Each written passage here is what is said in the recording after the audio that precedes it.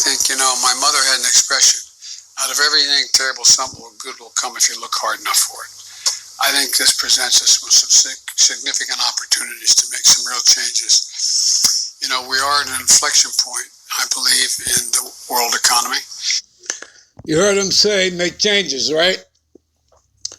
All right, when you read Daniel 7:25, he will seek to change times and laws, right? I believe they,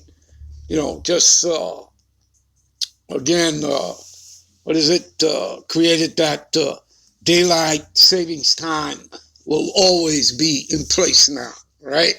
All the time, right? Let's continue, all right? Not just the world economy in the world. It occurs every 3 or 4 generations. As one of the top military people said to me in a secure meeting the other day. Every 3 or 4 generations. What is that? Psalms 49:11. They feel that their houses, their wealth will continue from generation to generation, right? And they call the names after the lands that they conquered, all right? Go read it for yourselves, people. That's how this man thinks, these Edomites, all right? Let's continue. 60 million people died between 1900 and 1946. And since then, we established a liberal world order, and that hadn't happened in a long while. A lot of people dying, but nowhere near the chaos. And now is a time when things are shifting. There's going to be a new world order out there, and we've got to lead it. And we've got to unite the rest of the free world. You heard that? There's going to be a new world order out there, and we have to lead it. He's telling you right to your faces. So anyway, I'm going to hush up, Mary. Fire away. All right, let me say this. All right, Shalom. All right. All praises, honor, and glory to Yahweh Bashim, Yahweh Shai, Bashim Rekakadash. Much honors and respects to the apostles and others of Great Millstone. All right, and to all the brothers out there doing this work in sincerity and truth, rightfully dividing the word of truth, I say Shalom. All right, this is Revelations, the 13th chapter. All right, so you heard him. All right. Revelation 13:11, I beheld another beast coming up out of the earth.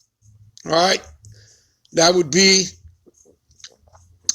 all right, America. All right, Babylon the Great. Okay, and he had 2 horns like a lamb, which goes back to the Roman Empire. All right, in other words, here you have Democrats and Republicans. It goes back to the Philippians and the patricians during the Roman Empire. All right, and so he had 2 horns like a lamb, and he spake as a dragon. See, which goes back to Drago, the Greco. All right, when they first come into power, calling themselves the Greeks. All right. And then, of course, they morphed into the 4th final beast, the Roman Empire. All right. But let's get down to business here. All right. Or as they say, brass taxes. All right. Okay. Because America, along with, the EU and NATO, they make up the revived Roman Empire, the 4th and final beast.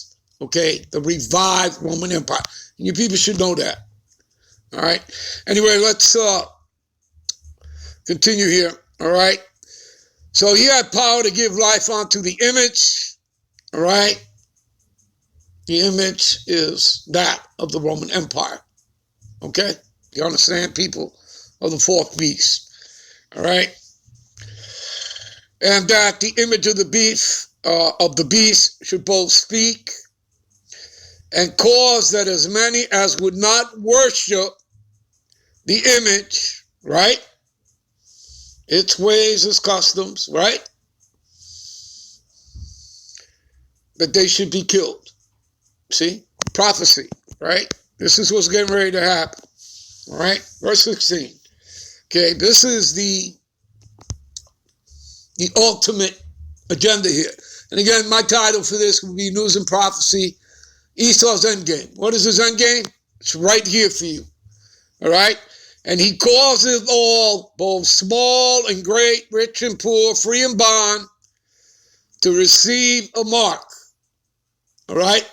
You go into that word, it's charagma in the Hebrew.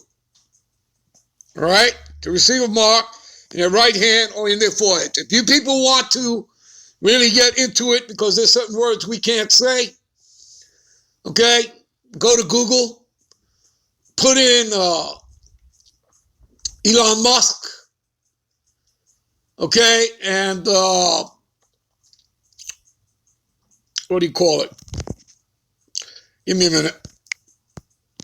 Yeah, just put in Elon Musk and Neuralink, all right, and then you people will understand exactly what the that mark is, the MOTB, all right, which is all right, the charagma, all right. Anyway, let's click on this, all right, for you. All right, go right to the word mark. You see, it's charagma, right? Okay, see what it is here? Strong's G 5480, charagma. Charagma. All right, and what is it? See, the mark stamped on the forehead or the right hand as a badge of the followers of the anti-Messiah. See that? So all that bow down, and we read it, right?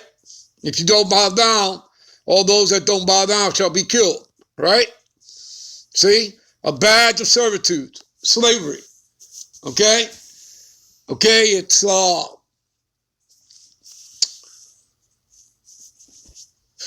shall we say, an electronic device, as in a grain of rice, okay? All right? And go look that up, Elon Musk, Neuralink, all right? Click on that in Google, all right? All right, let's move on. Give me a minute here. All right, so that no man might buy or sell, say he who had the mark. So you're going to need it to what?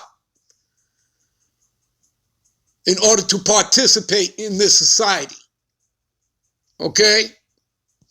But all those that do, you've chosen Esau as your master over Yahweh Bashem Yahushai. Okay? So when in choosing Esau, you choose death. You're going to die Esau's death in that thermonuclear fire. All right? Which is talked about as the lake of fire. Well, that's created through the ICBMs, that thermonuclear fire. All right?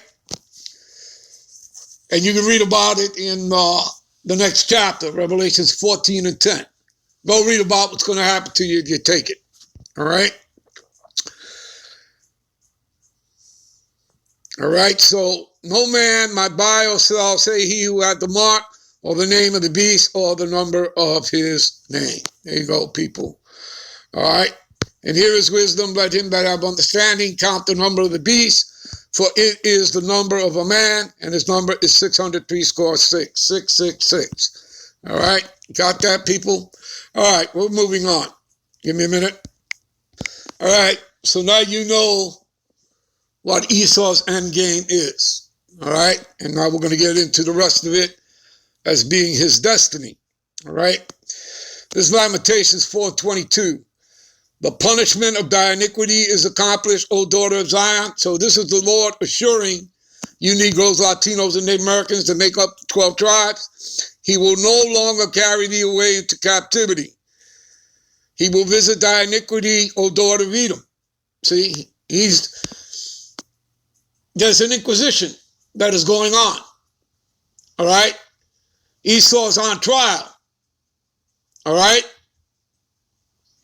And the Lord is investigating. There's an inquisition going on. All right?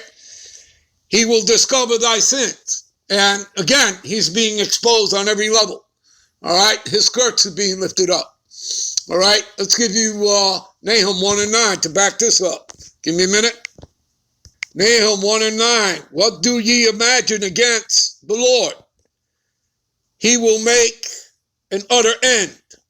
And again, this word end, and, the ending of the world and all that, that is all tied to Esau, all right? Because it's talking about not the end of the world, but the end of Esau's world, the end of his rulership, the end of his evil, wicked kingdom, all right?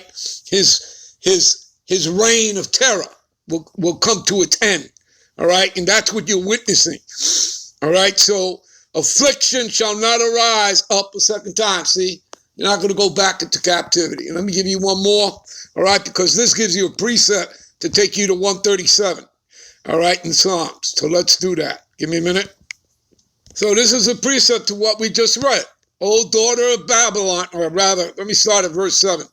Remember, O Lord, the children of Edom. See? And again, the Lord sees everything and remembers everything. All right? In the day of Jerusalem, who said, raise it, burn it, the foundation thereof, right? Okay? Verse 8, O daughter of Babylon, see? Referring to the Edomites, okay? And you see that Edom and Babylon, see? They're connected, all right? You understand? Daughter of Babylon, see? Daughter of Babylon, daughter of the Chaldeans, spiritually Sodom, spiritually Egypt, all right? Syria, do you understand, people? All right? O daughter of Babylon, who ought to be destroyed, happy shall he be that rewardeth thee as thou hast served us. Happy shall he be that taketh and dasheth thy little ones against the stone. So the Lord hasn't forgotten anything. All right? And remember, she's going to get double. They're going to get double, the Edomites, as you read in Revelations, the 18th chapter. Double onto her. All right. Give me a minute. All right. Remember, people, what happened with Nimrod and the Tower of Babel, right? Yeah. Okay. This is Isaiah 59 and 8. The way of peace they know not. There is no judgment in their goings.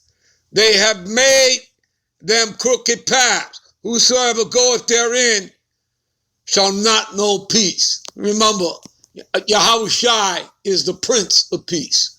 They're not. They represent death and destruction. All right, he's the harbinger of death. Let's go to Thessalonians 5 and 3. Give me a minute.